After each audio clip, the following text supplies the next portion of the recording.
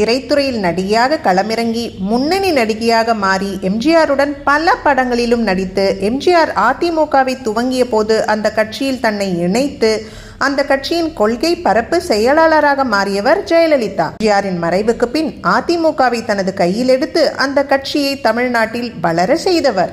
தமிழக அரசியலில் ஆளுமை மிக்க ஒரு தலைவராகவும் ஜெயலலிதா பார்க்கப்பட்டார். குறிப்பாக தமிழ்நாட்டு பெண்களுக்கு பிடித்த அரசியல்வாதியாக ஜெயலலிதா இருந்தார்.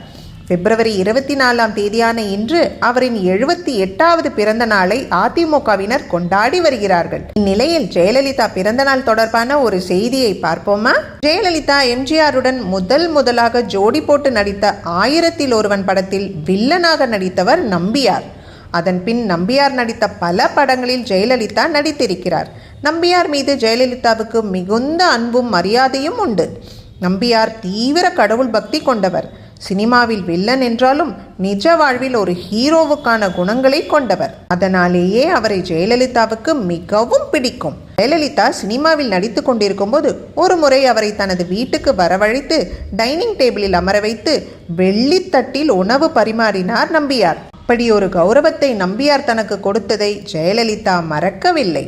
அதன் பின் சில ஆண்டுகள் கழித்து ஜெயலலிதா தமிழகத்தின் முதலமைச்சரான பின் அவரின் பிறந்த நாளன்று அவரை வாழ்த்துவதற்காக நம்பியார் தனது மனைவியுடன் ஜெயலலிதாவின் போயஸ் கார்டன் வீட்டிற்கு சென்றிருந்தார். அப்பொழுது நம்பியாரும் அவரது மனைவியையும் டைனிங் டேபிளில் அமர வைத்து வெள்ளித்தட்டில் உணவு பரிமாறியிருக்கிறார் ஜெயலலிதா. அதோடு, நீங்கள் ஒரு நாள் உங்கள் வீட்டில் இதே மாதிரி வெள்ளித்தட்டில் எனக்கு சோறு போட்டீங்க, ஞாபகம் இருக்கா? அதுக்கு பதில் தான் இது என்று சொல்லி சிரித்தாராம்.